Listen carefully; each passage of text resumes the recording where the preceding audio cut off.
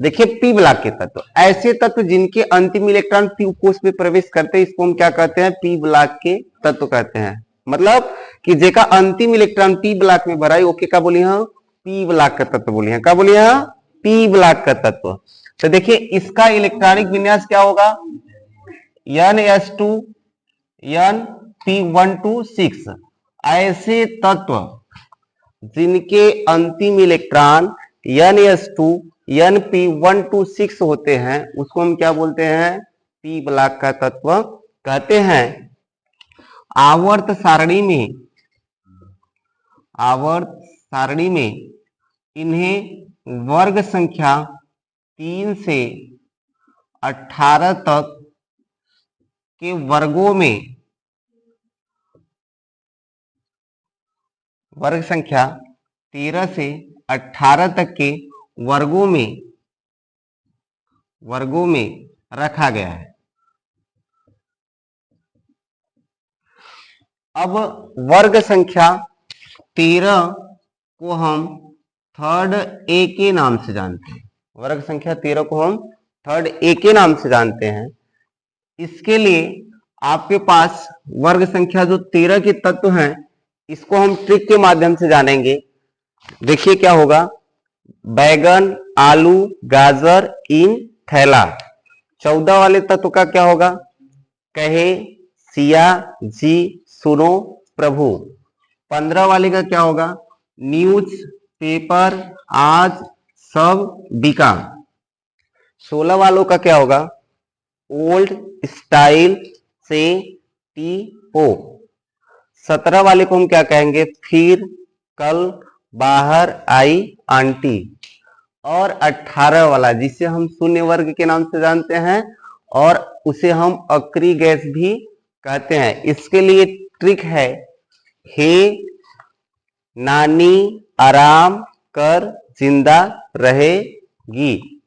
ठीक, शून्य वर्ग, इसमें जो वर्ग संख्या 18 होता है उसको हम शून्य वर्ग के नाम से जानते हैं। इसे शून्य वर्ग इसलिए कहा जाता है क्योंकि इसके जो बाह्यतम कोष होते हैं वह क्या होते हैं, पूर्ण होते हैं। पूर्ण होने का मतलब उनके अंतिम इलेक्ट्रॉन जो होते हैं कंप्लीट होते हैं, अर्थात उनके बाह्यतम कोष में 8 इलेक्ट्रॉन हो जाता है, जो अष्टक नियम का पालन करता है। इसलिए इसको हम क्या कहते हैं, अक्री गैस या नोबल गैस के नाम से जानते हैं। इसमें तत्वों को किसी एक तत्व के नीचे वाले तत्व को ज्ञात करने के लिए सबसे पहले, जैसे ये बोरान है, बोरान का परमाणु क्रमांक कितना होता है, 5। बोरान का परमाणु क्रमांक कितना होता है, 5। अब 5 में यदि हम 8 जोड़ते हैं, 5 में 8 जोड़ेंगे तो 13 होगा, और 13 किसका हो जाएगा, एल्यूमिनियम। 13 किसका हो जाएगा, एल्यूमिनियम।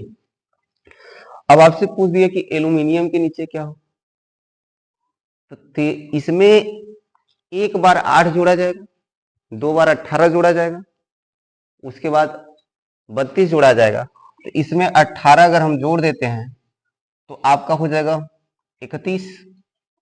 और किसका होता है, गैलेनियम का ना। अच्छा, गैलेनियम जो होता है एक ऐसा धातु होता है जिसको हम हाथ पे रखते हैं तो क्या हो जाता है, पिघल जाता है। फिर इसमें 18 जोड़ दीजिए, 31 में 18 जोड़ेंगे तो आपका हो जाएगा 49, और 49 किसका होगा, एंडिनियम का।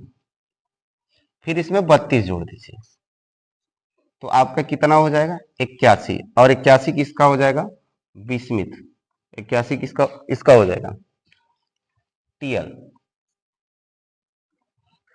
ठीक, इसी प्रकार हम पी ब्लॉक के किसी भी तत्वों को परमाणु क्रमांक पता कर सकते हैं। अब हमारा मेन मुद्दा था कक्षा 12 क्लास 12th के लिए जो बोर्ड एग्जाम में पूछता है कि डी ब्लॉक के तत्व किसे कहते हैं या संक्रमण तत्व किसे कहते हैं। तो चलिए इस टॉपिक को हम देखते हैं। आवर्त सारणी में एस ब्लॉक और पी ब्लॉक, अर्थात ये वर्ग संख्या फर्स्ट ए और सेकेंड ए एस ब्लॉक है, थर्ड ए से लेके शून्य वर्ग तक आपका क्या है, पी ब्लॉक है।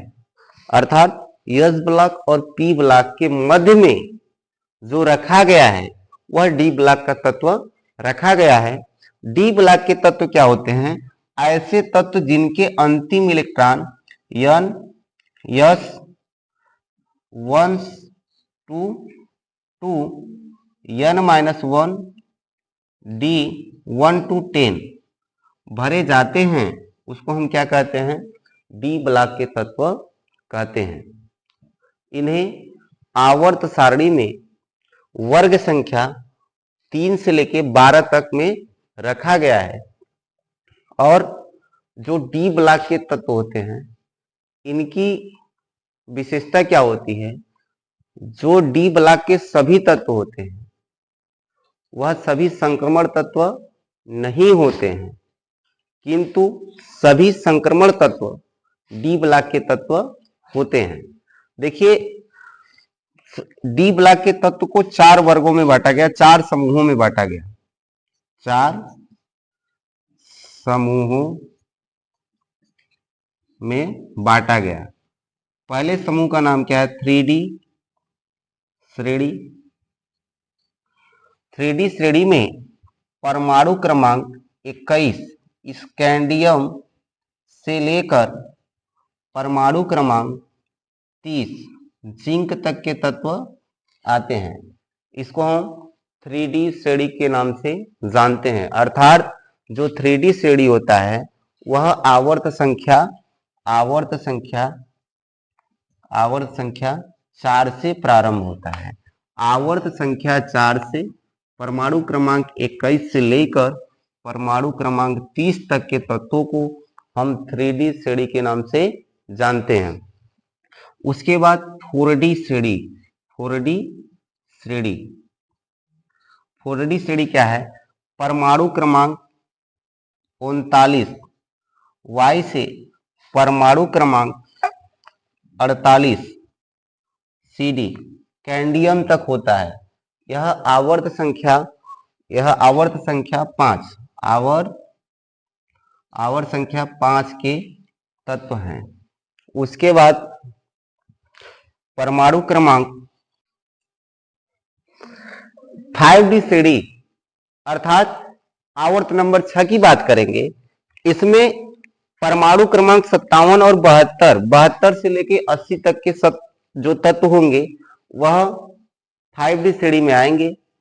इसमें जो परमाणु क्रमांक 80 होता है Hg, इसको हम पारा के नाम से भी जानते हैं। यह कमरे के ताप पर द्रव अवस्था में पाया जाता है। और 6D श्रेणी परमाणु क्रमांक 89 और 104 से 112 तक के तत्व आते हैं। इस डी ब्लॉक की विशेषता क्या है, डी ब्लॉक को जितने भी श्रेणियों में पाया गया हर एक श्रेणी में 10-10 तत्व, कितने 10-10 तत्व होते हैं। और डी ब्लॉक के जो सभी तत्व होते हैं वह धातु होते हैं। डी ब्लॉक के सभी तत्व क्या होते हैं, धातु होते हैं। और डी ब्लॉक में सबसे अधिक जो भारी तत्व है वह ओसोनियम है। सबसे अधिक भारी तत्व क्या है, ओसोनियम है।